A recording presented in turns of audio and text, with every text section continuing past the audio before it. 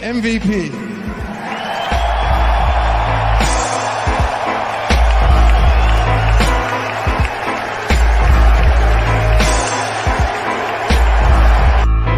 One in the air, left center field, back it goes, Harper, the swing of his life! You never get ahead of yourself. As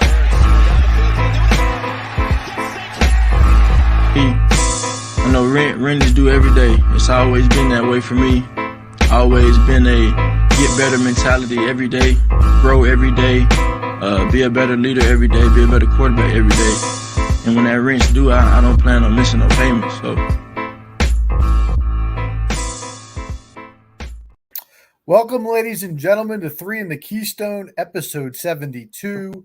Al, I was going to introduce us as the best two-man game since Tyrese Maxey and Joel Embiid, but tonight might not be the night to do that. So we've never averaged as many points as they have. Obviously, I don't think we've combined in our careers of playing together in high school and in a little bit of college, what they're averaging, if that makes sense to you. Like we've in our cumulative total points. Yeah, I know. And I know I brought that total down quite a bit. I am not sure for sure, but again, tonight, two-man episode. Chris still on paternity leave. Myself and Al Ryan. Episode 72. You know who we're going with tonight to dedicate the episode to? I forgot to look anyone up. Who do you got? So it's a Thanksgiving week. So Friday, I got to imagine you're going to go to the fridge and get some leftovers. So how about that William Refrigerator Perry number 72 for tonight's the big beef dedicated episode? We have a lot. I want to also, Adam, just real quick, because I've been promising this for weeks and I keep forgetting. I have to also dedicate the episode to my son and his championship flag football team. They won the Springfield Cougar Bowl a few weeks back. So shout out to Jackson's team, and Coach Matt and Coach Tom, Coach John, all those guys for putting together a championship season. Were the Delco Cougars out there watching them kids or what? Yeah, well, not that. Those weren't the only ones. We had James Franklin drop the helicopter down on the adjacent field, getting a little scouting done. Oh, man, dude, he's probably scouting the losing team, I would imagine. Well, hopefully he won't be at Penn State long enough to see these kids in college. I hope not. But we have a busy episode for you tonight. We have a special guest that's going to join us a little later in segment 1. But we have to talk about last night's game. The Eagles pull out the victory 21-17 over the Kansas City Chiefs. If you stayed awake to watch it, it was not a pretty game. The weather was terrible. The play on both sides left a lot to be desired considering the hype that was going into this game. But at the end of the day, Al, the Eagles pull out another victory to move to 9-1 on the season. Would you say that last night's game was more of an Eagles win or a Chiefs loss? Dude, I'm not playing into this. It was an Eagles win, man. The good teams in the league find ways to win, and sometimes those wins are ugly as hell. You said it. It was terrible weather. We're in Kansas City. It was a dogfight. And look, I get it. MVS gives us a gift at the end of that game by not catching that deep ball. But you still held them to 0 points in the second half, the defense. So whatever adjustments they made at halftime, the Eagles worked out. We scored 2 touchdowns in the second half. We hold that lead, and it really is it's almost a textbook win, like from what we've been seeing, where we're just holding until the clock shows triple zeros. Yeah, I'm going to be honest with you. I didn't think, as bad as the MVS drop was, I didn't think that was the play that cost the Chiefs the game. I thought the play was the Kelsey fumble early in the fourth quarter. Yep. They have a chance to go up 10. I think it would have been 24-14 at that point. And that just completely changed the momentum of the game. Even though the Eagles didn't respond with a touchdown, if they go 10 in that spot in Kansas City, I don't see them coming back to win that game. So I thought that was actually the biggest play. You also had Mahomes turn the ball over in the red zone in the first half. I thought this was more of a indictment on the Chiefs than it was on the Eagles per se.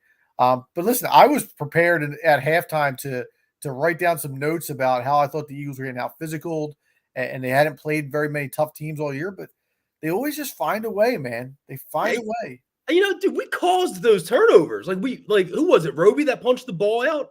Yeah, he punched but the interception that Byard had was the ball was thrown right to him. Wasn't a good throw. No, that was not a good throw, but you still have to make the play. I mean, look, don't overlook the game plan. I've been hearing a lot of crap this week about how already in one day about how the Eagles gave up all these yards on the ground and they're supposed to be the best rushing defense in the league.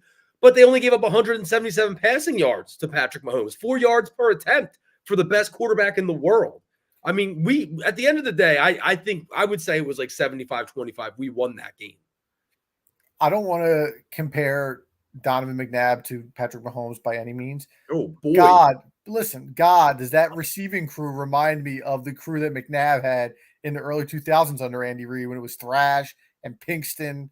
Brown. And, dude, there's just not a lot going on that they have to respect. And you can tell Mahomes' trust. You know, we talked to Chris about it last week.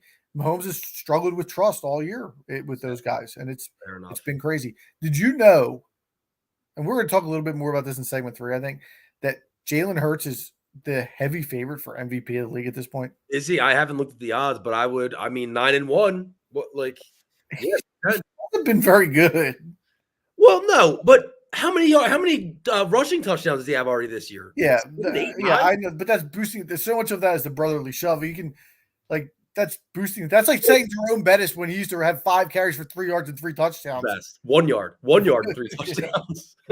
I mean, listen, he has to get in there, and we've seen other teams try and do that play, and it doesn't work. I know. Listen, I'm not saying Jalen's having a bad year, but to call him the MVP of the league the way he's played this year is crazy. This Eagles team is easily 6-4 or worse without Jalen Hurts.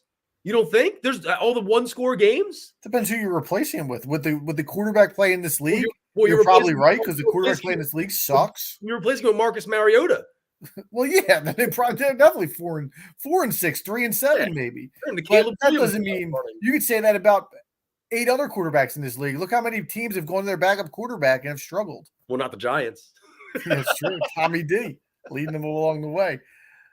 Listen, I was looking at his numbers today, and the one number that jumped out to me is that he's on pace for 250 less rushing yards than last year. And I don't know if that's his knee bothering him, but you can see it if you've watched enough Eagles games that he, A, is not running as much, but B, doesn't have the same burst he had last year. No, he doesn't. And I talked about with the Kansas City guys, the RPO just isn't what it was. But that's league wide. I think that helped to kind of take away some of his rushing yards as well, because he got 7, 8, 9 yards on that RPO last season. Yeah, and you're right. And I don't know if that's the offensive line push. Like you said, defense is adjusting, or, there does seem to be a little disconnect when him and Swift run that play. You saw it a couple of times last night where, Swift is grabbing the ball, and I don't think Hurts wants him to. And, Hurts is indecisive about what he wants to do. So I don't know if that's a chemistry thing or what, but that's a great point by you. Yeah. But look, win is a win, as our, our absent comrade Chris Guest likes to say. Yeah, and listen, we said this was a 6-game stretch. Dallas, Kansas City, Buffalo, San Francisco, Dallas, Seattle. And if we got out of that 4-2, we were going to be sitting pretty. Now we just have to go 2-2. Yep. So we're in a very, very good spot. Any other comments from last night's game? Because, again, I do want to bring our special guest on here to talk a little bit about next week's game. I just think that, people are saying that we needed this win and this and that to get the, to prove that we could be the Chiefs. I don't think the players needed this win necessarily. I think the fans needed this win. Agreed. I think from a football standpoint, the win of all these games, the Buffalo game probably means the least as far as the football standings go. This was second because it's an AFC game. Right. Doesn't mean as much. But again, it did feel good as a fan to get back in that win column after what happened in the Super Bowl. There's no doubt about it. Absolutely. And we'll have to reach out. We got to be nice to Chris after last week, because when they won the Super Bowl, they didn't really rip on us at all. I guess they knew how emotional was it. So I think we got to take it a little bit easy on those guys. Yeah. They're good guys over there in the Arrowhead Chief pod. Friends of the pod. But speaking of friends of the pod, we're going to bring on our next guest. He's new. Ryan Thomas. He is a Buffalo Bills guru and podcast host. Ryan, why don't you tell everybody a little bit about your show, and then we'll get into previewing this week's game. Oh, of course, guys. Thanks for having me on tonight. Full hospitality here. I got a lot of love for the city. I got a lot of love for the city of brotherly love. So I got to let you guys know that first and foremost. Thank you guys for having me on. And of course, you guys, to tell you a little bit about myself, I've been in the podcast game since 2015. So it's been quite a journey. I've circled the wagons a time or two within Western New York to, the enjoyment of plenty Bills Mafia members, getting the chance to meet them because of the show. And it's been one heck of a season thus far, some ups, some downs, but nobody circles the wagons like the Buffalo Bills. So what would I expect, right? Yeah. Let me tell you a funny story before we even get started. So I met my wife in 2015, and she's not a sports fan. She might tell you that she is, but she's not. She doesn't sit through many games. So one day I'm sitting down and we're whatever the Bills are playing. I have it on TV. It was Sunday night, Monday night game, whatever it is.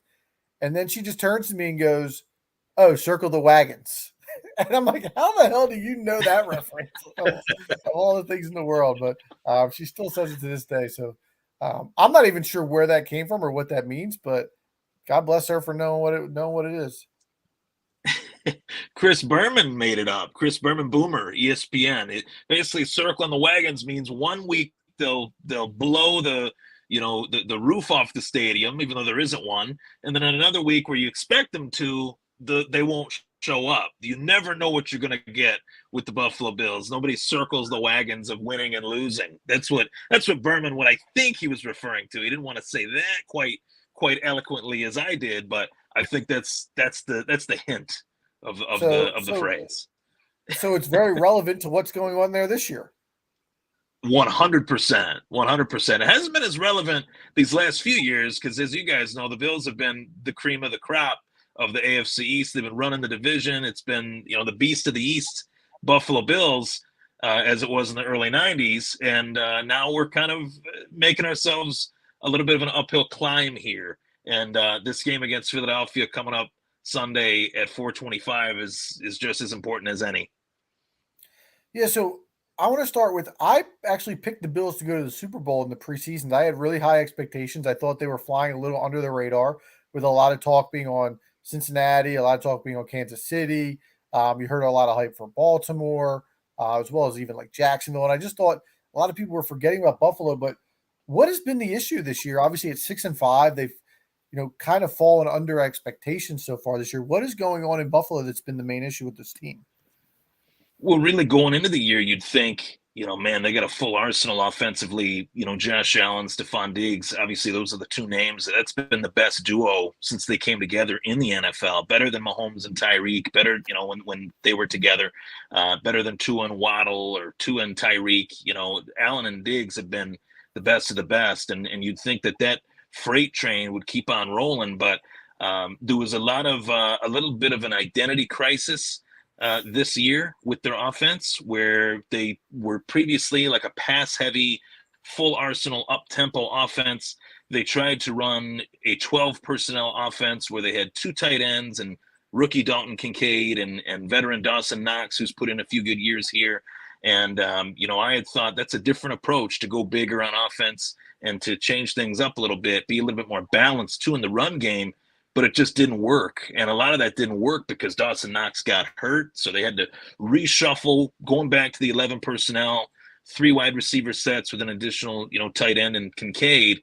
And I think the results of that, obviously firing Ken Dorsey was a part of it, but now Joe Brady being the OC, the offensive coordinator, of course, it was seen last week against the Jets where the team was up-tempo, speed for speed, Shakir, the slot receiver in the slot, Khalil Shakir, finding passes over the middle, trying to beat defenses down rather than try to find these chunk plays.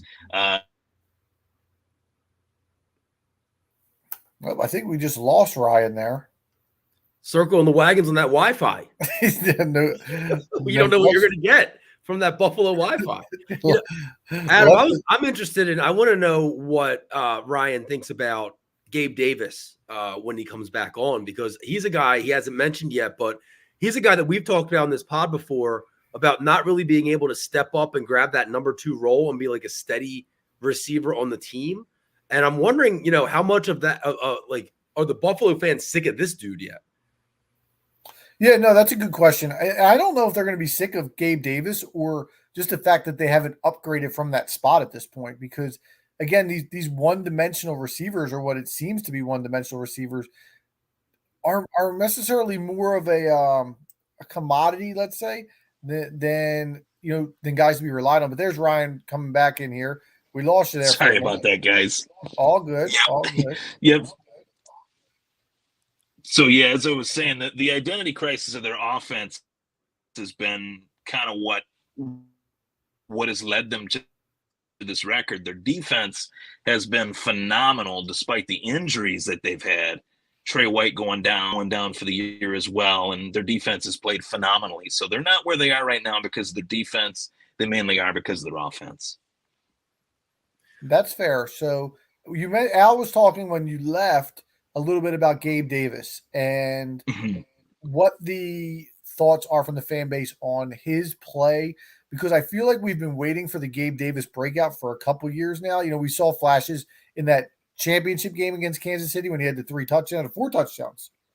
And it just never has seemed to come fully together for Gabe Davis. So what's the thought of the fan base on his performance? Well, to be honest with you, I completely agree with that sentiment that it's almost as if ever since that game, which was one of the greatest games, by the way, of all time, to be on the losing end of one of the greatest games of all time is not so fun for any Bills fan, but to know that that is one of the best games, the modern era of football, is a nice feather in our cap, going tit for tat with the Chiefs. But at the same time, Gabe Davis put a massive microscope on his ability in that game by playing the way that he has. And I think ever since, I hate to say it, but it's like defenses have adjusted. They've adjusted to the fact that there's Stephon Diggs who can run every route that you throw at him and draw up for him. And then there's Gabe Davis, who is kind of more of a post guy, kind of more of a deep threat, can't really go over the middle, not really a guy that can run a wide variety of routes. And I think Josh Allen's starting to realize that too. And that's obviously lent itself to the production or lack thereof these last few weeks, as they're trying to find other guys that they can rely on. And whether it's, getting his head right or whatever it may be, something's got to change there because they need production out of every player on that team. And he's a big part of what they do. And if he's going to continue to be a part of what they do in the future, he has to step it up because this is the last year on his contract. And last I checked, the market of wide receiver twos even is a pretty hefty one. So is he worth the money as of right now? I would say, unfortunately, no. So, Ryan, talking about big parts of what Buffalo does, what are the fans' thoughts right now on Josh Allen, on Coach McDermott? Are the fans starting to turn their backs on these guys at all, or are they still riding with them? I think that in terms of that's a very interesting question. In terms of where the fans are at, you go back to that Chiefs game, the 13 seconds. You go back to the Minnesota Vikings game at home late in the season last year, week 1 this year against the New York Jets. They lost that game off of a punt return, touchdown in overtime, playing against Zach Wilson. Aaron Rodgers gets knocked out of the game. We still couldn't pull that one out. There's been some losses this year, obviously 6-5. I never expected this team to be 6-5. I expect them to be right with where the Eagles are in the NFC as one of the top seeds in the AFC. And of course, the fact that we're where we're at time and time again, it seems like more often this year than last year, where we're losing these games in crucial moments. When the Bills lose, they don't get blown out. They lose in crucial moments in games that in pieces of these games they're winning, or they have the game in their hands and they let it slip away. That to me is coaching, when those minute moments in games are not met with the same urgency or with the same preparation, leaving 12 men on the field on Monday Night Football against Denver. That makes the fans, rightfully so, say, McDermott, it's been 6 years. It's been since 2016. We got an all-pro quarterback, an all-pro wideout, a very good front seven. Why has this not happened yet? Why have we not even been to a Super Bowl yet with this talent? And I think they're right for saying that. Now, on the flip side of the coin, singing his praises and Sean McDermott, this defense has been unbelievable with the injuries that they faced, and that's also coaching. So is it a case of Sean McDermott being the culture changer, the guy that brought this franchise back to relevancy as a great defensive coach and not quite a head coach? I think that is a thought that is kind of bubbling under the surface within Bills Mafia. If, in fact, this season does lead to the Bills not making the playoffs, I wonder what the Pagula family is going to do moving forward with that, given the expectations that the fan base has had. And on the flip side of that, Josh Allen is a $258 million quarterback. he's not going anywhere. So he's had his struggles this year more than ever. But I will say it was really telling during the game and after the game against the Jets this week, where Josh Allen said, I feel like I'm effing back. And maybe this new look offense, the 11 personnel, up tempo offense that he was a star in, was what he needed. And the offensive coordinator change from Ken Dorsey to Joe Brady can put a new lease on life for him. And I think that he's feeling that way too. Getting to run the offense his own way a little bit more than he was given that opportunity to in the past. So Josh Allen's our guy. He's right up there with Mahomes and your guy, Jalen Hurts, who I'm a huge fan of, by the way, as one of the three quarterbacks that are, premier, along with Burrow, if he could stay healthy, along with Lamar. We know who the top dogs are, and Hurts and Allen are both of those guys. No, that's fair. So I want to ask you this. I've been to Buffalo a few times. I know it's one of the most loyal fan bases that there is. However, from the national media side, I think we were all ready to put the Bills to bed after the Broncos lost last week. And that's not just because of how they were playing, but the AFC is extremely competitive. There's a ton of teams in the playoff race this year. I don't know if that was the feeling in Buffalo, but let me ask you this. After a convincing win over let's be fair, a not very good Jets team, coupled with the Joe Burrow injury in Cincinnati, are the playoff hopes still alive for Buffalo? Because I looked at your schedule this morning, and it's very, very difficult coming down the stretch. Yeah, that's a great question, Adam. It's a valid one. I think they have the toughest stretch out of any team. If you were to look at, some of the holes that they have based on the injuries, you do wonder, at least I do, how great this defense has played, as I've mentioned. When is that going to come to a screeching halt? Is it going to be against the Eagles? Is the tush push going to be too much for this Bills D and then some? Is DeAndre Swift going to wear down that front seven? I know these Eagles. I know these Eagles pretty well, and I love their team. I respect their team. Is that going to be the week this week where the Bills defense shows some cracks? Time will tell, but I do think a lot of Bills fans right now are just crossing their fingers, hoping that Miami loses so that we can get the AFC East and catch up to Miami.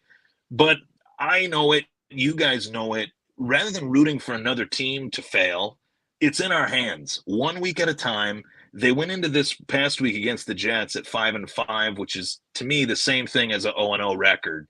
Moving on from Ken Dorsey, to Joe Brady. Now they're 1-0 with Joe Brady as their OC. Can they get to 2-0? Can they get to 3-0?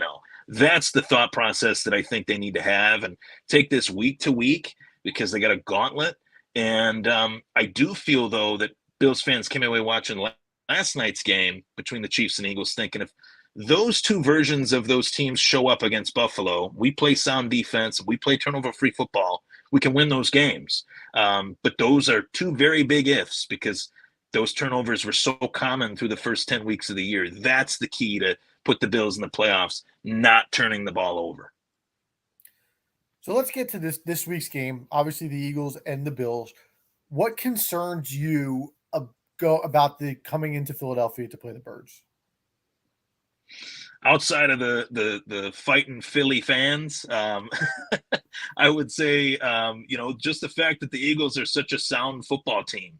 I think they're really good everywhere. I don't look at, their team and say, oh, they're weak in this one spot more than, team A, B, C, or D. I look at them as a fundamentally sound team. They win close games. They finish close games. And that's why their record is where it is. So what concerns me, I would say, would be Philadelphia's ability to spread the football around. They have great targets. A.J. Brown, Smith, obviously DeAndre Swift, I mentioned earlier, he can wear down any defense. And if Jalen Hurts kind of relies on those weapons, I think that could be a long day for the Bills defense. But on the flip side of the coin, I think Josh Allen and Jalen Hurts could kind of go tit for tat with one another. And I think that's what the league is hoping for. So I anticipate this game being a close one. But I do see Philly as probably the best opponent that the Bills have faced all season, to be quite honest with you guys. I would hope so. We're the number one team in the NFL, so I would hope that we're Right, the right. Well, toughest matchup. that's throwing in all the praise that I was hearing. That's throwing in all the praise that I was hearing from the Miami Dolphins fans saying, "Oh, That's fair. So let's say this: the Buffalo Bills win people this saying game. Miami was going to come in and beat Buffalo." What was that? You broke up there. We're having another Wi-Fi issue here with Ryan now. Sounds to me like he's going to pick the Bills this week. Sounds like it. We're going to try and get him back on here. Well, while we wait, Adam, what do you think the keys to the game are against the Bills this Sunday? I think the biggest. Can you guys hear me? Are you back now?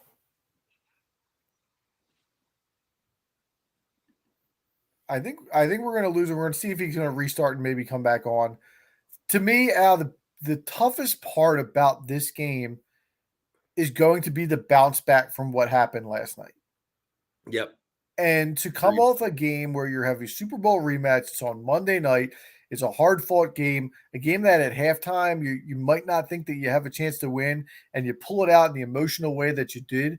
To be able to bounce back and play another, again, non-conference game, and the fact that you have San Francisco on deck, yeah, it's just going to be a tougher game to get up from. And the Buffalo Bills are certainly good enough to come in here and steal a game if the Eagles are not ready to play. And we've seen the Eagles come not ready to play against Washington a couple times. They did against the Jets. And, against Washington, they were good enough to pull it out at the end. But if they don't come prepared against Buffalo, they will not win that game. But if they do come prepared, I think they have all the pieces to beat Buffalo. I really, really do. I agree. All three of us, if I remember correctly, in the preseason had this 2-game stretch as 1-1. Like I remember Chris saying that we're going to beat Kansas City, but then we're going to lose to Buffalo. And I believe we both said they're going to lose to Kansas City and then beat Buffalo. But with that, I've changed my mind. I don't think they're going to walk out of this stretch 1-1 anymore. I think we're better than Buffalo. And I think I know that you can't play 100% every game, and that's the trap that you fall into when you try to prognosticate these games week to week, is that you just assume you're getting the best version of the team week to week, and you're simply not, because guys can't do that. They can't go pedal to the metal every week.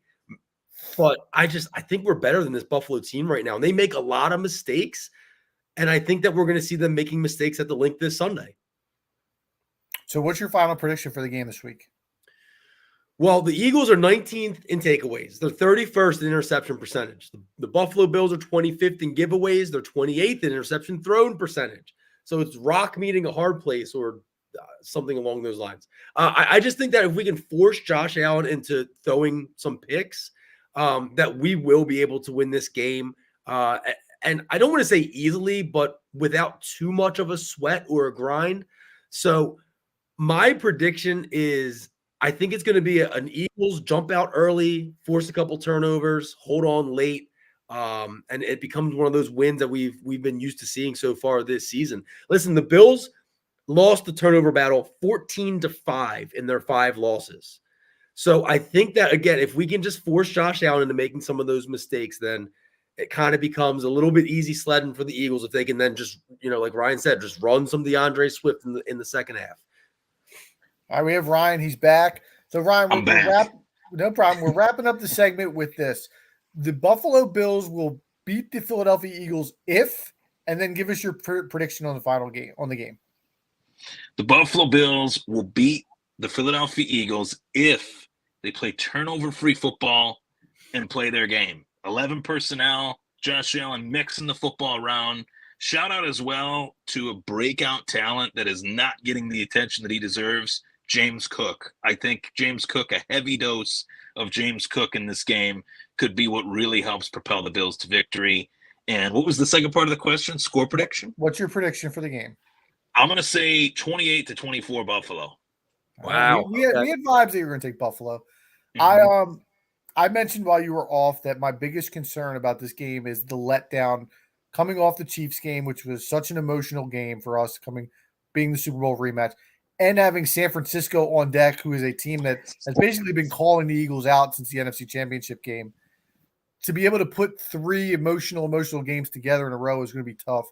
However, this team just keeps proving me wrong, and I have them squeaking this one out 24-23. So I think the Eagles are 3.5-point favorites. I don't see them covering, but I got them squeaking out another one because I'd be crazy to bet against them at this point because they've been proving me wrong all year. Yeah, Ryan, before we wrap up, is there a guy on Buffalo or a matchup that you're keying in on that maybe Eagles fans, Philly fans aren't really aware of? Yeah, there is. There is. I've a name that I'll mention too, and a name that I think kind of exposed the leaks of the middle of the Jets defense would be Dalton Kincaid. That's a pick that I really liked for the Bills, and it was another weapon that Allen really needed, and a player that I think if Josh Allen can find him in the middle, breaking up the middle of the field a little bit here and there, keeping the Philadelphia Eagles defense honest rather than the Eagles expecting Diggs being force-fed, I think the success with the Bills is actually for Allen to find alternative targets to Stephon Diggs with Dalton Kincaid, Khalil Shakir, James Cook, and maybe we'll see the return of Leonard Fournette in this one. Maybe this will be the game that the Bills activate him to wear down the Eagles' very, very tough front seven. I hope we do see Fournette because I want to get eyes on those quads. I want to see those quads in game speed. Yeah, Al loves the Hawks. Big quad, yeah, big hawk. As do I. Who doesn't love a good hawk? I love it. I love it. All right, Ryan. Listen, thanks for joining us. Us Philly fans have nothing but love for the Buffalo fans as well. So the feeling's mutual. We would love feelings mutual. You guys live in a great city, great sports town. Ryan, we would, as Eagles fans, we would love to see a Philly-Buffalo Super Bowl because of the potential chaos that would ensue at that tailgate, and that tailgates across Buffalo and Philadelphia, and Super Bowl parties across the two cities. So we've always been rooting for that, just for that reason alone. Feeling is mutual. I actually picked that for my Super Bowl pick, Philly and the Bills. Maybe we will see that, and I really appreciate you guys having me on the show. I'm more than willing to return the favor. I apologize for the weird Wi-Fi issues here and there, but hey, all I got to say, may the best team win. Thank you so much for having me on your show. Greatly appreciate it. Great meeting you. Yeah, man. We'll be in touch. Great to meet you too. We'll Thanks, be in Ryan. touch. Go Bills. Fly Go Eagles fly. Birds. Take care. All right. Take care, guys. So again, I want to thank Ryan for coming on the pod. Just to give a little insight, we got some feedback last week that people liked the Chief segment, so we're trying, reach out to some other helpers in the area whenever we can to, enlighten you about other teams and let you hear another voice because you got to be a little bit tired sometimes of hearing ours. Seltzer, how upset are you that Guest wasn't on to listen to Ryan compare Josh Allen to Jalen Hurts? Guest would have lost his mind. Guess is losing his mind as we speak, so it wouldn't matter. Not much left to lose at this point. There's no doubt about it. But Al, before we jump into segment 2, let's get into our lock of the week. We have both been rolling a little bit here. Yeah, we've hit a couple in a row. Am I right? Yeah, absolutely. I should have made the numbers. I'm at least 3 in a row, and we've been giving out our picks on Twitter, 5 picks a week. I think I had a very slow start, but I think I'm 11-4 in the last 3 weeks. Okay. So starting to pick it up a little bit now that we get a little feel on what's going on in the league. But why don't you start us off with your lock of the week here? Well, I looked at this week's slate, and boy, oh boy, I feel like a broken record, but it's tough sledding. There are some bad NFL teams. And a few weeks ago, maybe a month ago, Adam, I said, I'm not taking bad teams anymore for my best bets. I just can't do it. Now, I originally, in our notes doc, I had one team, but I'm going to switch the best bet. And it's going to be to a team that I'm still taking in my 5 picks. But I got to take this team because they're just a better team. And it's going to be the Minnesota Vikings giving 3.5 at home Monday night to the hopeless Chicago Bears. I'm driving the Josh Dobbs fan train. Like, I love this kid, man. He's got moxie. He is hard-nosed. He won that game for them this past weekend. The Chicago Bears, I think are still just dreadful. The Minnesota Vikings are in the playoff hunt securely. So they got to keep winning games. And I think that Monday night they win one more, even though division games are always tough. But 3.5, I like Minnesota to put this away and win by perhaps double digits. I just think that Chicago is kind of hopeless. Like, they're trotting out my boy Justin Fields out there, and they know that he's not the future at this point anymore. It's kind of a lost season for them. They almost stole a win from the Lions this past week, though. They almost did, but how demoralizing is it that they gave up that win in the last 4 minutes of the game? Not demoralizing enough. I'm going to be on the Bears on this week, but that's not my lock of the week. I'm going to go again with another team that actually was a winner for me 2 weeks ago on my lock of the week. I'm going to go with the Vegas Raiders. They're getting 9 at home against the Kansas City Chiefs. I mentioned with the Eagles game that it was an emotional game. I think it was an emotional game for the Chiefs. They're coming off on a short week. Vegas has been feisty over the past few weeks, ever since they fired Josh McDaniel. They held the Dolphins to 21 points this past week. I think the Dolphins have a lot better offense than the Chiefs do at this point in time. It's a divisional game, 9.5, or it was 9.5 this morning. It's 9 now, so we'll mark it down as 9. 9 points at home in a divisional game. I'm almost always going to take that, but especially with a team that's been just playing a little bit better in the Vegas Raiders. Okay. All right. Listen, I agree that the Raiders have looked revitalized. Who is it? Antonio Pierce. Antonio Pierce. Ever since Antonio Pierce has taken over. So, all right. Let's jump into segment 2 tonight. I forgot to mention that before we got into the first episode, I was so excited to have our guest on. Our sponsor tonight for tonight's episode is SeatGeek. Check out SeatGeek for any sort of ticket issues that you may have. You want to go to a game, you want to go to a concert, you want to go to a show, go on the SeatGeek, order your tickets. We've been promoting our promo code. We're actually in the process of getting a new code that'll be available hopefully within the next 2 weeks, so stay tuned for that. But until then, still go on SeatGeek and get the tickets. And you know who our sponsor is not? It's not that F-word place to get jerseys from, because if you take a look, that Maxi jersey came in. It looks pretty fresh, doesn't it? No Fanatics gift code was used. No crazy letters and numbers had to be put into the website to use that gift code. I went ahead and just bought this from a third-party dealer. What's it say on the back? Chang? No, it's no Foreman Mills. All right. Listen, we were going to do some NBA overreactions for segment 2, but there was some Philadelphia Phillies news this weekend that's going to expedite our Phillies offseason preview. Aaron Nola, who as of a few weeks ago seemed bleak as far as re-signing him, re-signs with the Phillies for 7 years, $172 million. He's the highest paid pitcher in Phillies history. He will be pitching for the Phillies through age 37. And if you're following us on Instagram, which you should be, we've been doing a lot more posts on there at 3K_podcast. Make sure you're following us. You saw that Al put out a reel about his feelings on the deal. So I'm going to pass it to you to start, because you kind of just assumed how I was going to feel about the deal. So have at it. All right. So I said on the reel that it's a great signing. I'm going to explain why. We could not risk leaving this offseason without a solid number 2 pitcher on this staff.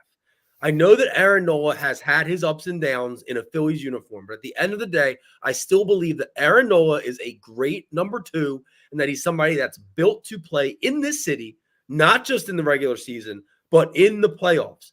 He's rumored to have turned down 2 deals, one from Atlanta for $162 million and one from LA for $165 million. Shows that he wants to be here. He wants to play in the city where he was brought up and where he was made a star. I don't think there was any guarantee that Blake Snell or Yamamoto were coming here. So it's the safe play for sure. But sometimes when you're at the table, the blackjack table, and you got blackjack and the dealer shows an ace, sometimes you just got to take that even money. And it's okay. You walk away up. And that's how I feel this has gone by signing Aaron Nola. You know, I'm not a money guy. I don't care about the money. We're still spending dumb money. That's great. That's fine. The years, that's fine. I want guys that are going to potentially put us in a position to win a title now, and Aaron Nola is one of those guys.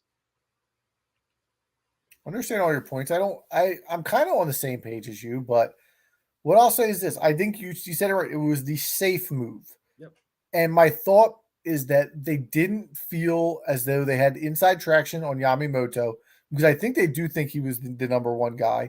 And then it became is Blake Snell really an upgrade? Is it worth the risk? There are certain upsides. Obviously, Snell's a 2-time Cy Young Award winner, but he has his own flaws. He doesn't go deep in the games, something that Aaron Nola does regularly. Aaron Nola has logged I have it here in my notes. Let me see what I got here. He started 30 plus games in each of the last 5 years, and he's logged 200 innings a handful of those times. I didn't have that exactly in there. 3 times, over 200 innings 3 times. One, and last season was 193. But 7 years is a long time to give this guy. And I know it was probably necessary given the starting pitching market, but this team is now all of a sudden logged into a lot of long-term deals. And like you said, Al, we're trying to win a ring now, so I get it. You want to put the best product out in the field. But God, do I have a feeling that we're going to be looking at the 2014, 2015, 2016 Phillies in 5 or 6 years. And I know that shouldn't be what I'm worried about, but God, it's what I'm worried about because Aaron Nola has logged a lot of innings, and you are a workhorse 200-inning guy every year until you're not. And at that point, you look at guys that we've had in the past, Roy Halladay, Cliff Lee. These were all guys who would also fall under that workhorse type nickname. I don't say nickname, but that was their reputation. Right. And what happened to those guys? The wheels fell off quick. And there's no saying that in that 7-year deal that can't happen again. I have here in front of me, I figured we'd have a good opportunity to at least I'm going to open up. If you're following us on Twitter, I'm going to share my screen for you guys. Been doing that a lot the last few weeks. So Look if you're at an you. audio podcast guy, feel free to take a look here. Do you see it there, all the AAVs? I see it, but I'm like, I mean, it's tiny.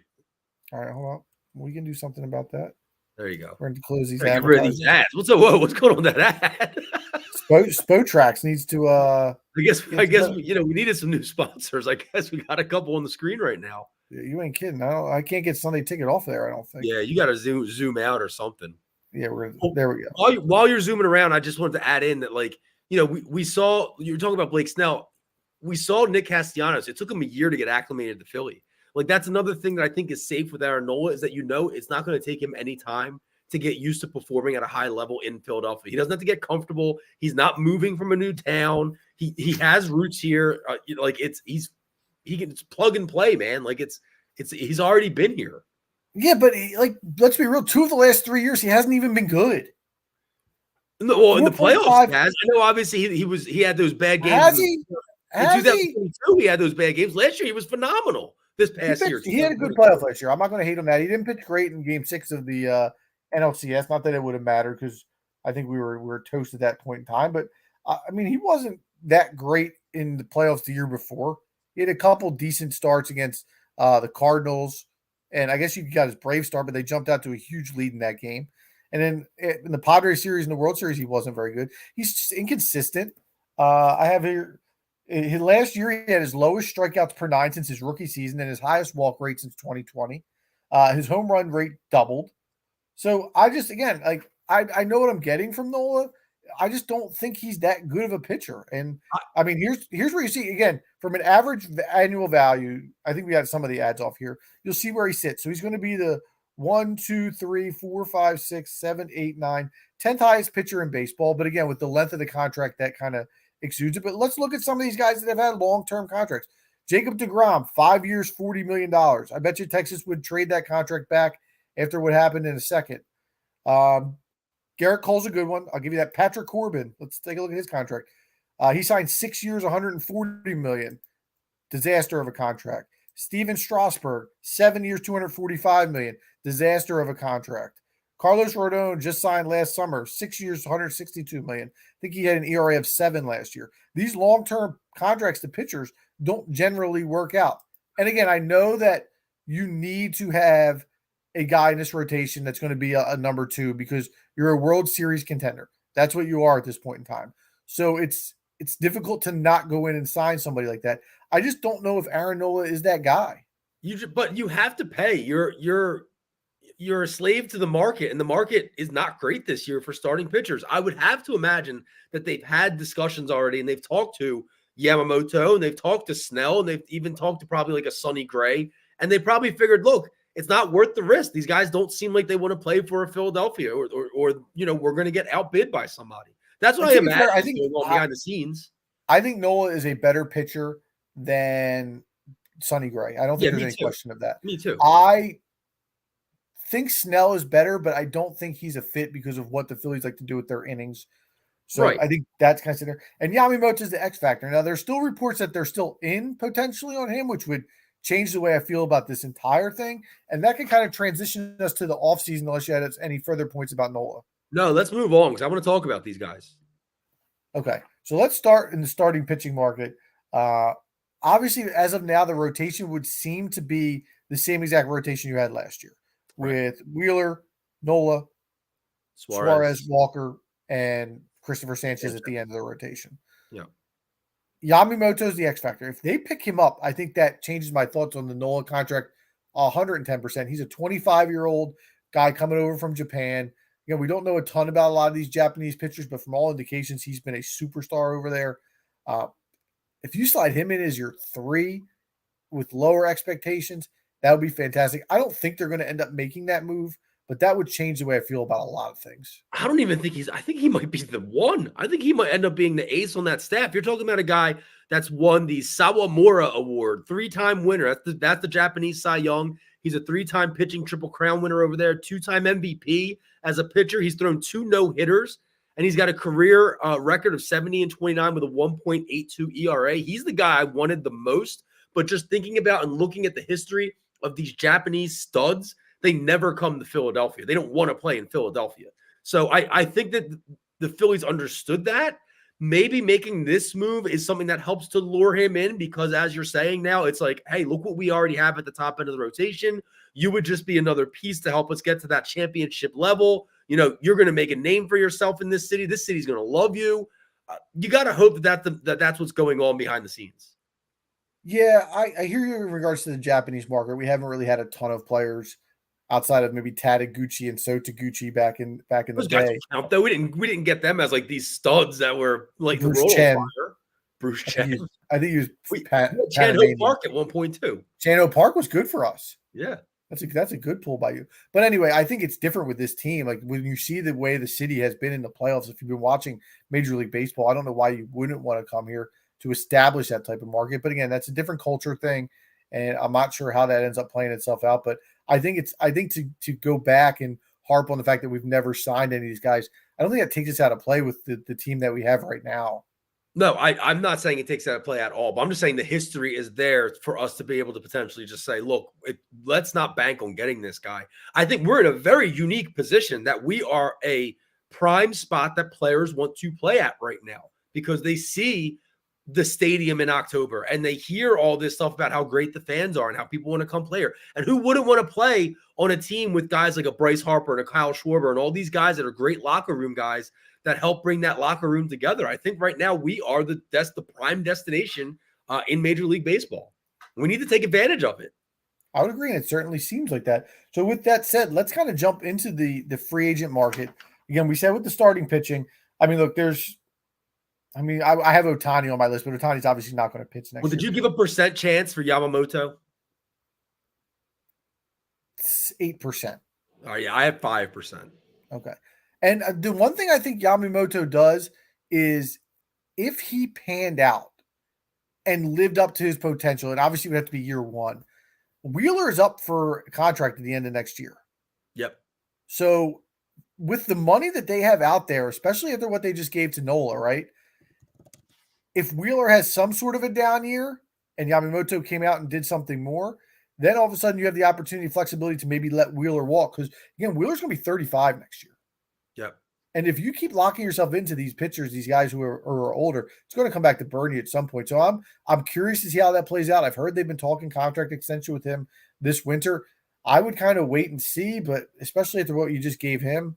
So I think the Yamamoto would give you some leverage in that spot. Again, especially if you're considering Andrew Painter to be coming up 2 years from now, right? Right. And that's a big if. You're talking about this kid taking a whole extra year off for this Tommy John recovery. That's a big if. There's no doubt about it. But the thought would be that you would still, even if he's not ready at the beginning of 25, you would think that he would be on target for June or July of that year, if everything panned out. Yeah, and the market for starting pitchers going into that year too is not the best. No, I don't. I didn't look at the names. Do you have any names? Just real quick, yeah, you're talking about Charlie Morton, Patrick Corbin, Kyle Hendricks, Jose Quintana, Max Fried, Corbin Burns, Shane Bieber, Walker Bueller. There's Josh a couple guys Lee. on the bottom of that list, like Bueller and Fried, and there's Corbin Burns is on that list. Corbin Burns, yeah. There's a couple guys, but it's nothing special. Corbin Burns was a guy I was very interested in if they didn't get Nola. Obviously, they'd have to trade for him, but he was a guy that I had some interest in for sure. You had some other names on the list you wanted to give percentage chances to as far as the Phillies picking up in the offseason. Yeah. Can we go through them? You started mentioning Otani. What are you saying? What are you saying? 0% at this point. Yeah, 0.1% is what I had written down. 0%. Nothing's impossible, but that might be. Do you want to go through some of the? I think we had for relievers. You just had Josh Hader, correct? So we got Josh Hader's on the list. I'm going to put Josh Hader at about 12%. I don't want Josh Hader. I'm not a fan of paying closers big money. I think you can find. I know it hurt us this year that we didn't have one, but I think you can find options on the cheap 1-year deals to come in and close games for you, like the Kenley Janssens of the world. The Braves picked up Rafael Iglesias in a trade a few years ago. I think Jeff Hoffman is an internal option to close games at least at the beginning of the year. Dominguez, to me, if he has a bounce back year, can still be that guy. So for me, I feel like a Josh Hader contract. I hate to compare it to this because this guy was such an asshole, but it feels Jonathan Papelbonish to me. And so I'm not interested in that, especially, again, a guy who's logged a lot of innings, has had some arm issues. I'm out on the Josh Hader deal. He's been way worse since moving from Milwaukee to San Diego. His WHIP has gone up. His ERA has gone up. So, I mean, he had a decent season this past year, but yeah, I'm not in love with him. But when you talk about the arms race and the bullpen, you talk about Rob Thompson being a guy who we know what he's about. He's putting the best arm out there at the time. He's playing situational baseball. He's not necessarily locking a guy down into the closer role, so to speak. He's just another weapon for you. So, look, not my money. You want to throw money at him? Throw money at him. I don't care. What's your percentage? My percentage is 20%. I think there's a 20% chance. Okay.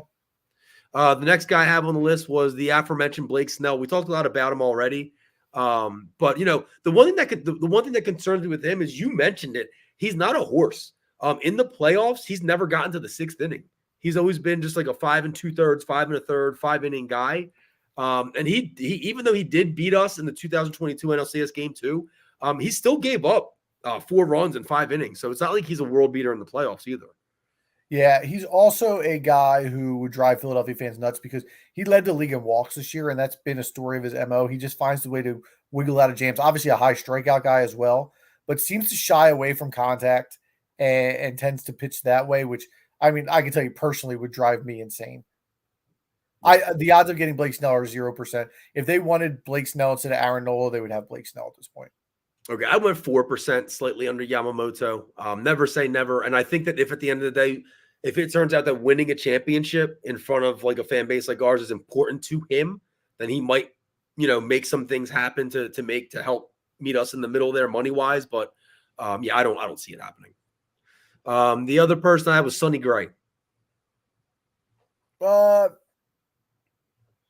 Sonny Gray, 34 years old, career 3.47 ERA, 2.79 last season. He's pitched under 150 innings more often than not, and his numbers are worse in the playoffs, where he has 6 starts in the playoffs. I'm going to go 13% on Sonny Gray, with the caveat the only way I see them adding Sonny Gray is if they find a way to move off Taijuan Walker's contract, which I do think they're actively trying to do. Okay. I have 3%. I just don't think he's on their radar. I don't think he ever has been. The only other names the other name I have is, it would be a trade, and it would be a trade for Mike Trout. This is intriguing, right? This is the name that you're going to hear all offseason because the Angels may have finally embraced a rebuild, which they should have done years ago. Do you know the Angels have had more? I think they've had 5 MVPs in the last 10 years, and they haven't won a playoff series. He's gotten 3 in too. Which is insane to think about, that they could have had 5 MVPs and not done anything with it, with Trout and Otani. So where do we go from here? Trout obviously has a monster contract. So if I pull it up here, Mike Trout contract, I looked up this 9 years, $425 million. And he has not shown the ability to stay healthy over the past few seasons. He gets $35 million a year until the year 2030. So he's right in that same timeline as your Harpers, as your Trey Turners. But the problem with Mike Trout is that he just can't stay on the field. Yeah. And if you look at the last 4 seasons, he played. Well, I'm not going to count the COVID year because they only played 60 games. He played 36 games in 21, played 119 games in 22, and he played 82 games last year. He just hasn't seemed to be able to keep it all together. And the other thing about him is that he adds a ton of strikeouts to your lineup. As good of a hitter as he is, he strikes out a ton. Now, the thought would be that he would be replacing Nick Castellanos because you would have to move an outfielder in that case, and they're not going to move Schwarber. So it's Castellanos that gets moved. So essentially the strikeouts kind of wash themselves out, and you're getting a better overall player. You're making the team more exciting. You're bringing in the hometown guy to do his thing. I'm intrigued by it because I think that, again, when Schwarber's contract is up, can you move Trout into a DH role where his body stays healthy and he just becomes a hitter, especially with Bryce moving to first base? It's something that I would definitely be intrigued by because I think if you're taking that contract from the Angels, I don't think the price you have to pay in a trade is nearly what a lot of people think it is. I think you can get him for not a lot of talent if you're willing to take that contract on from the Angels. Schwarber, Trout, Harper, Turner, like however you want to put those guys at the top of that lineup. Stott. Are you kidding me? You can have whatever you want, Los Angeles, if you're going to send us Mike Trout, a generational talent. I didn't look up any of those stats you just looked up. I don't care. I've seen enough, and I haven't seen enough at the same time. This dude should be the face of baseball, but they're wasting him out there on the West Coast. He wants to play for Philadelphia. Make this happen. I don't care who has to go. Make this happen. I mean, he is past his prime. He, and I mean that in a good way. I mean, he still is going to be a great hitter. He's still going to hit in this yard 35 homers, but he's not the player he was 6 years ago. But again, I still think even if you're a World Series contender, I don't think you can run the same team back. I think it becomes as much as those guys like each other, I think it becomes stale. Look, adding Turner this season gave a fresh look to the team. It gave a fresh feel. Now you've brought Nola back. You don't have another pitcher. I do think they need to make a splash this offseason. And Trout is a sexy name. He's going to be something you hear a ton about. I think it's a real option, but I do think they would be looking to move off of Castellanos and off of Taijuan Walker in order to make that happen. Because money is not real, especially in baseball when there's no cap, but it is real. There is some things you can do. And, I think if they can find a way to get out of those Walker and Castellanos contracts, it makes this Mike Trout thing a whole lot more realistic. All right. Well, that was all the names I have. Do you have anyone else off the cuff? I have one off the cuff guy. No, hit me with them. I'm good outside of that. Actually, I do have a couple more names. I'm sorry, I didn't flip it over. Go ahead. You go first, because my names are not sexy. They're just under the radar guys. The only one I have is bringing back Mr. Rhys Hoskins as a bat off the bench. Nah, there's no fit. Hoskins is going to get a starting job somewhere, and he should. I mean, Hoskins is still a professional hitter. He's still going to hit 25 to 30 homers. So he wants to play baseball, especially after a year off. No shot. I completely agree. It's going to really suck seeing him in another uniform, at least just for the first game or two. Yeah, we didn't have him all last year, so it's whatever. It's going to be weird, man. It's going to be weird. He'll get a standing ovation when he comes back, and it'll be fine. And yeah, he'll either strike out 6 times in the series or he'll hit 4 homers because that's what he does. Yeah, and it'll be like Kate Scott giving George Niang the bang bang Niang like she did tonight when he hit the 3. Yeah, we'll cheer for him for his first hit, and that'll be it. She loves her some George Niang. Yeah. Other names, I have Juan Soto here. He's going to get traded. I don't think he's a fit for what we do. I also think he's going to cost too much prospect-wise, and he's a free agent at the end of next year. Under the radar names to kind of jump back on. Jorge Soler is a right-handed bat. that I think could potentially replace a Castellanos if you get off of him and give you similar production, as is Hunter Renfroe. Again, these guys are guys that you could platoon in the outfield with a Schwarber or that type of thing.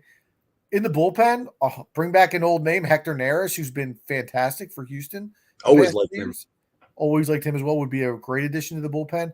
And a back end closer. Listen, Jack Flaherty was fantastic for the Cardinals 3 or 4 years ago. Has had major shoulder issues and has not been the same. But if you can get him for a cheap contract and put him in the back end of your rotation or use him as an X factor, I think he's worth a shot depending on what he gets in the open market. All right. Well, I think we're in agreement. Hopefully the Phillies are not done. They can't be done. They can't run this team back the way it was. No. Excited for the offseason. Hopefully we get to talk a little bit more when something does splash. But bringing Nola back is a start. It's a start. It's not a great start in my opinion, but we'll get there. Yep. All right. All right. So listen, segment 3, we always like to do a little holiday theme stuff. So Al, I know you worked up. We didn't want to do the typical, what are you thankful for? Thankful for the Sixers tying this game with 2 minutes to go in the fourth quarter, actually just taking the lead now. I'm not thankful for this or that. Last year we did the Thanksgiving food draft. So if you want to hear our thoughts on Thanksgiving food, you scroll back in the BuzzFeed and look through last year right before Thanksgiving because we did that. So Al, you came up with a couple holiday themed questions, and we're going to spitball, especially with Chris not being here, makes it tougher to do some of the drafts in the list. Yeah, absolutely. It's tough to do a two-man draft, but I did come up with a few questions, and the first one is linked to sports. And I'm going to throw this out you. Is Thanksgiving Day football broken? Are you over Dallas and Detroit always hosting games on Thanksgiving? Should the NFL do anything instead to freshen it up? What are your thoughts on Thanksgiving Day football? Well, it's a bad time to kind of ask that question, I think, because Dallas and Detroit are both very good football teams at this point. If you would ask me this question years ago, I would have said, yeah, we should be rotating teams. Everybody gets a shot. But now I've kind of changed my tune. I think I'm a little bit of a sucker for tradition. I like the fact that we get, for Detroit and Dallas, it's cool for them that they're playing every day, every Thanksgiving. I like, the fact that generally while dinner's being served, we have some NFC East ramifications going on at all times. It could be worse. You could be sitting at a 4:00 game, and with some of the primetime games this year, you're probably going to get Jets and Broncos. So we could be watching that instead. Look, at the end of the day, everybody else kind of rotates through. The Lions generally have sucked in our lifetime, and we've had to watch, the Mike McMahons, the Jeff Garcias, the Joey Harringtons of the world play quarterback, and that has not been fun. But it's tradition, and I'm okay with it at this point. And I think they did do something with Thanksgiving by adding that third game a few years ago. I say a few years ago; it's probably been 10 or 12 years at this point. But the third game has allowed that extra oomph if you don't get enough out of the first two. All right. I can't believe you're on with watching Detroit and Dallas every year, dude. Like, I'm over it, man. I'm so out on Detroit and Dallas getting to play this in these games every year. I'm happy they added a third game so that we can potentially see some different. Well, we do see different teams every year. These traditions go back so long ago. So the Lions tradition began in 1934, and it was just marketing. That's all it was. The owner at the time realized that he had to get more fans to watch the games, so he started putting the game on Thanksgiving Day, and then Dallas followed suit 30 years later. So that's the last thing the NFL needs at this point is extra eyeballs on the product. No matter what they put out there on Thursday, we're going to watch it. And so with that said, my plan for this game to reshape it and make it more of a must-see TV instead of just like it's on in the background, you put a couple bets in on the day. The NFL doesn't need to do this by any stretch, but wouldn't it be really cool if they adopted the NHL Winter Classic or the baseball Field of Dreams mentality and they play one or two of these games on Thanksgiving Day at a high school football field or in a small college stadium? We've all played Turkey Bowl games before. It gives you that Turkey Bowl game feel, that small, intimate atmosphere feel. They take the product overseas to try and jam it down the throat of all of our European neighbors. But why not take it to the middle America? Bring it to Nebraska, right? Bring it to Odessa. Bring it to the Midwest. I get. How's that going to do anything for you? I know they won't do anything for money. I know that, but I'm saying, like, this is how I would fix Thanksgiving But Day. how does that fix it for you? Like you don't like you're still watching the Lions playing Nebraska. Who cares? Did you? No, I don't. I want the Lions out. They're out. Okay, The all right. Lions Well, and you're still Cowboys are out. watching a team play in Nebraska is not going to do anything for you. Bullshit, it's not. Didn't you watch the first few Winter Classics in the NHL? No. I know Yeah, I but did. that's an inside game going outside.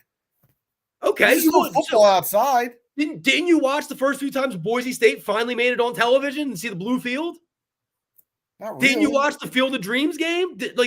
You did. Now it But will get old. baseball is different. A football field is a football field.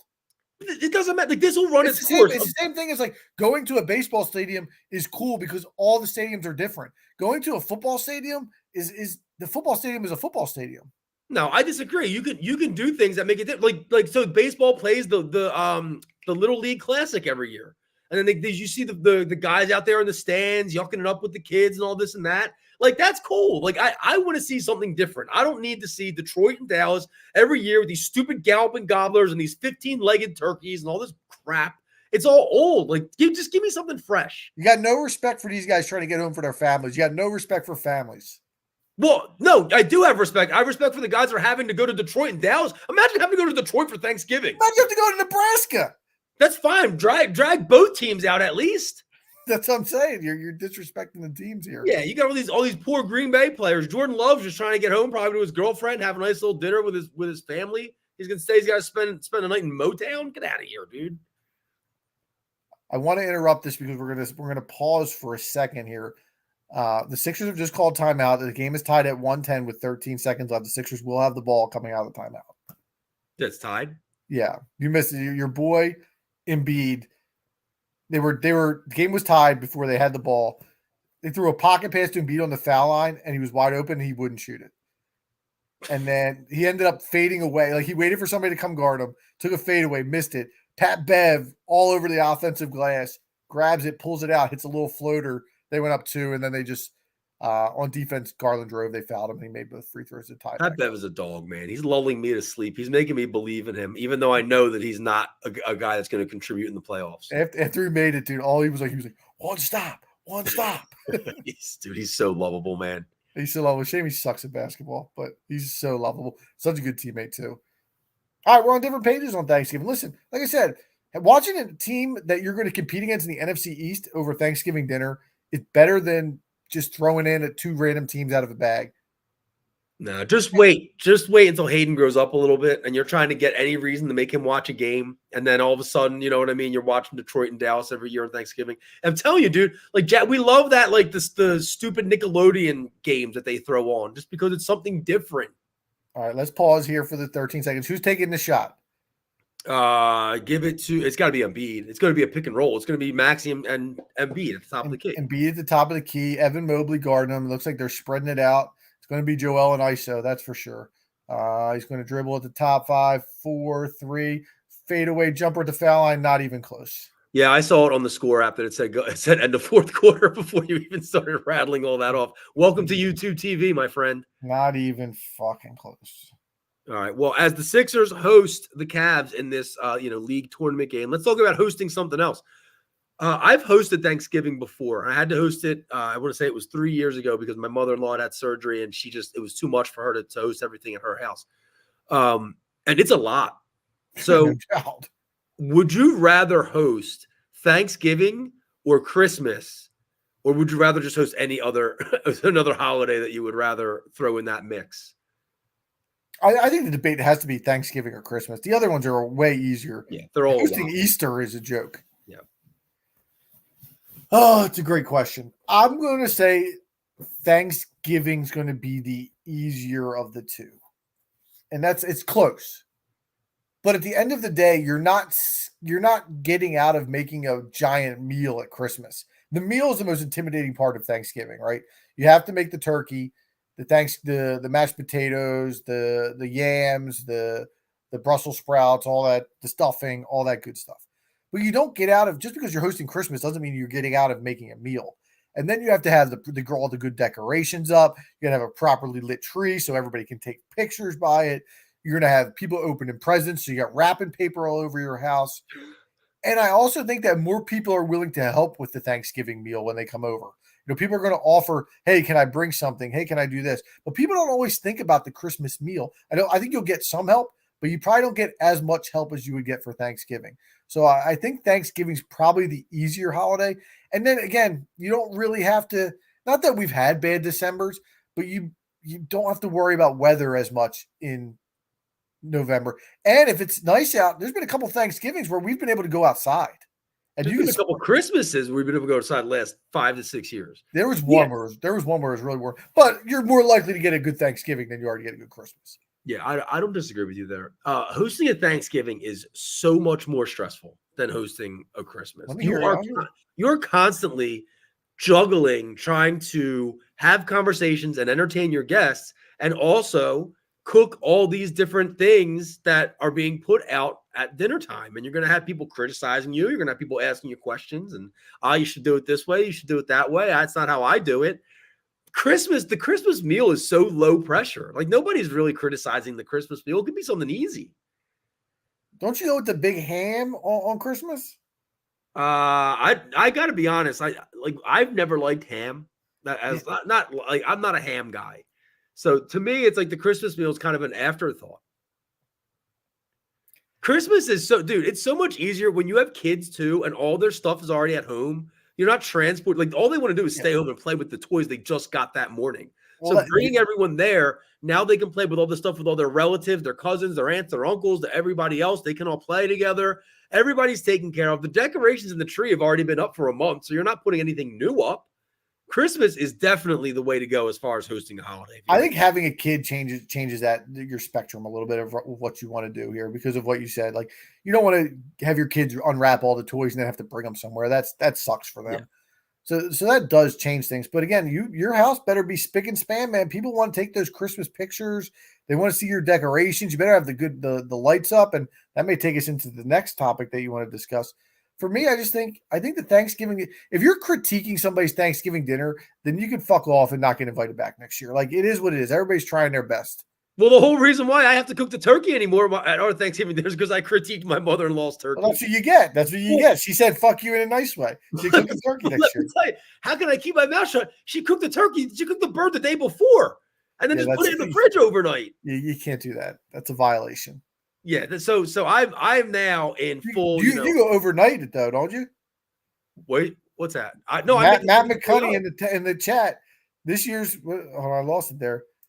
This year's Xmas dinner is more difficult, especially packing it to tailgate the birds. It's a good point. I agree, Matt.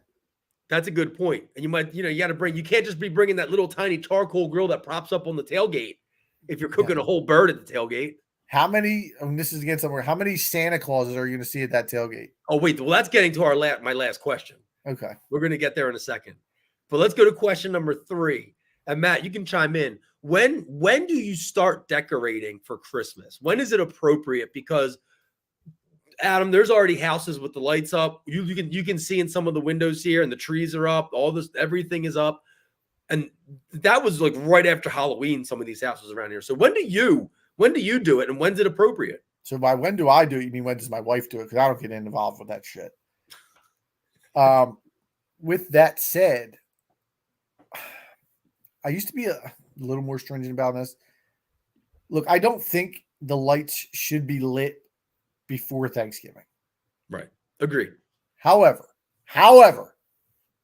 when you look at the weather forecast and you have a weekend like we had last weekend, followed by a weekend like we're going to have this weekend that's going to be cold, I'm okay going outside and putting your decorations out if you have a nice weekend day and you say, I want to do this today because it's going to be beautiful out. I don't have anything on my calendar. I want to go out and put the blow ups out.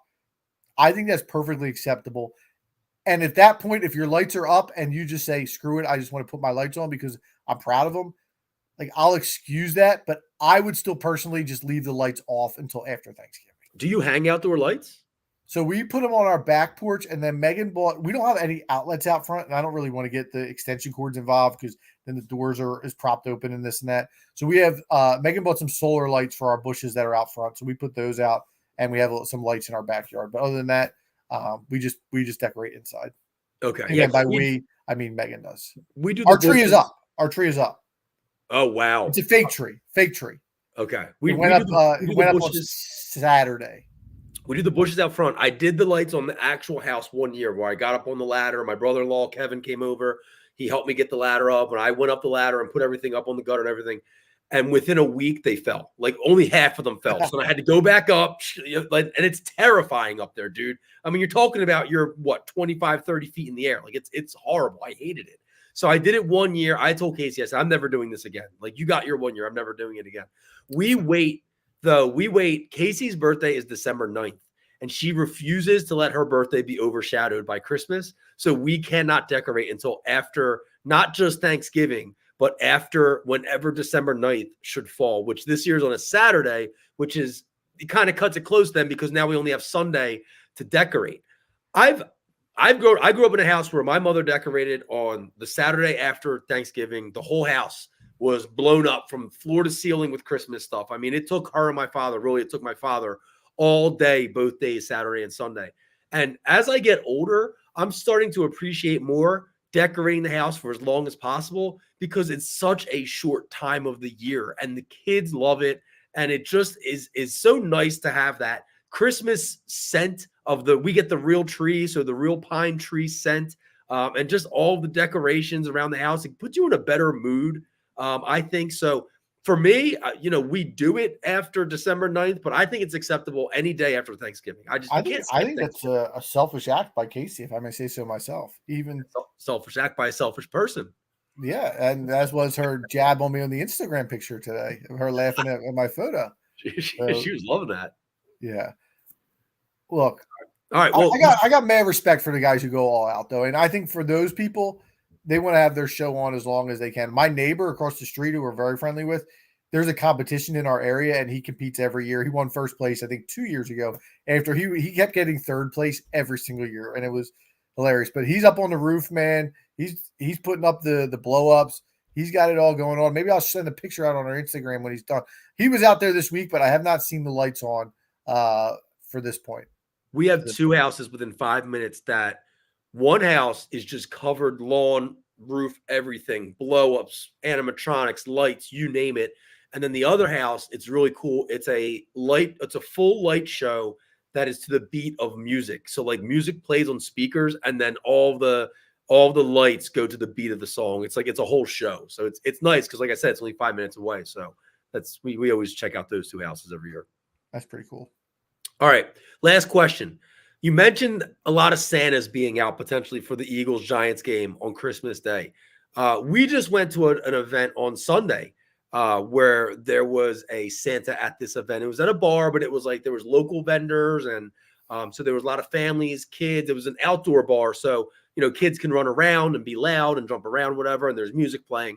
What are the unwritten rules for wearing a Santa outfit in public, and especially if you're going to be at a place where kids will be at? And then I'm going to tell you a story about what happened on Sunday, but I want to hear from you.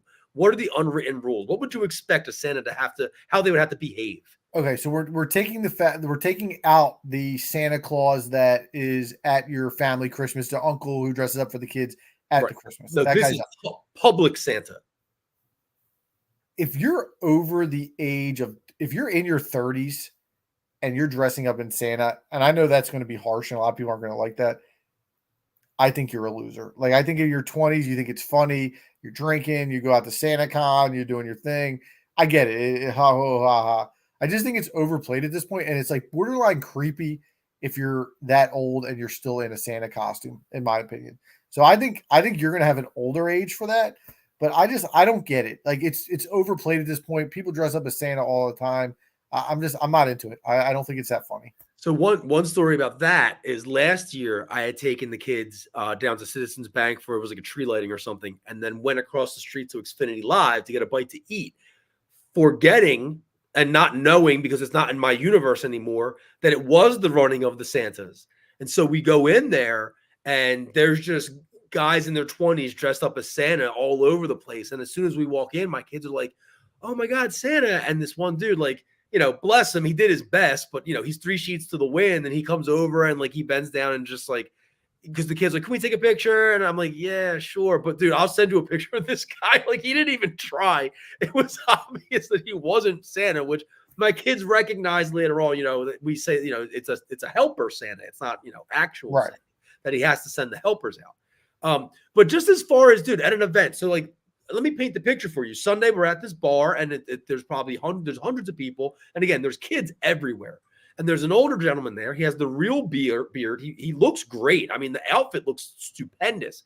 He has the hat and everything.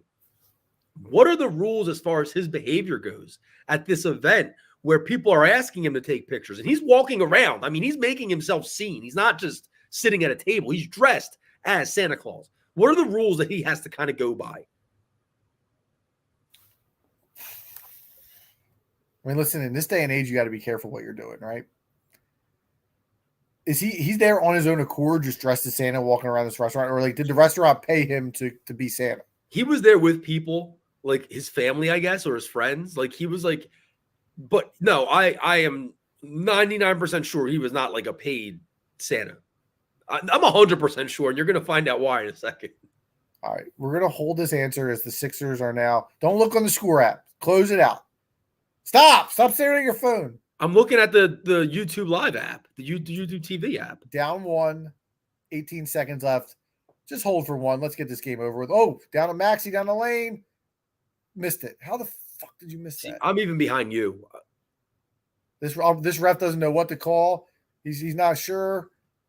I can't believe he missed that layup. That's old Maxey. That's last year Maxey. Was he out of control?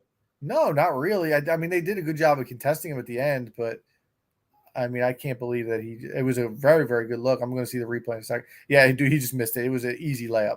I can't believe he left that on the rim. Top 15 player in the league, baby. Yeah, better than Durant. All right, so go ahead. What was the question here? All right, so I'm just going to tell you the story, all right? And it's nothing crazy, but so this guy's dressed as Santa, and like he looks just like him, right? He's got the rosy red cheeks because he's wasted. He's sloshed. And he's walking around with a beer in hand the whole time, beer in just an open container and a cup, taking pictures with kids. Kids are, you know what I mean? Santa. Roughly how old? 60s, 70s. Okay. He's old. And so at first my kids saw him and like, they weren't too overly excited. But then later on they saw him again and wanted to take a picture with him. And so this guy he starts to bend down and he spills his beer on Jackson's sneaker in his shoe.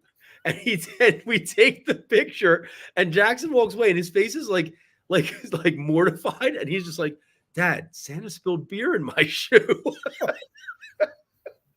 I'm like, come on, Santa. What are you doing, man? Get it together. Like, you got to see yourself out at a certain point. Yeah, listen, when you dress up as Santa and go out in public in a place where there's going to be children, like, I don't think you should be doing it. I completely agree, man. You got to know, you got to know the role you're playing, dude. Yeah, it's not the way to go. There's just too much that could go wrong. Yeah. That's going to be a core memory for Jackson, unfortunately. That's something that he'll be telling us about in 10 years. At least there's beer in the North Pole. Yeah. So I told him that Santa's he's got to be extra nice to him. So now I'm on the hook probably for a bigger gift. So how old's Jackson? 6? He's 7. 7? Yeah. So how many more years of Santa do you think you get out of him? It's a good question. I was in 4th grade, I think, or 3rd grade maybe when I found out. What's that? I think I was about the same. Yeah. Delco Delco, everything is built different, man. Delco, everything is built different. We're open for at least maybe until 3rd grade. But dude, kids are finding that it's just like everything's out there. Like, and the other big difference is you might not have noticed this yet. Santa's everywhere these days.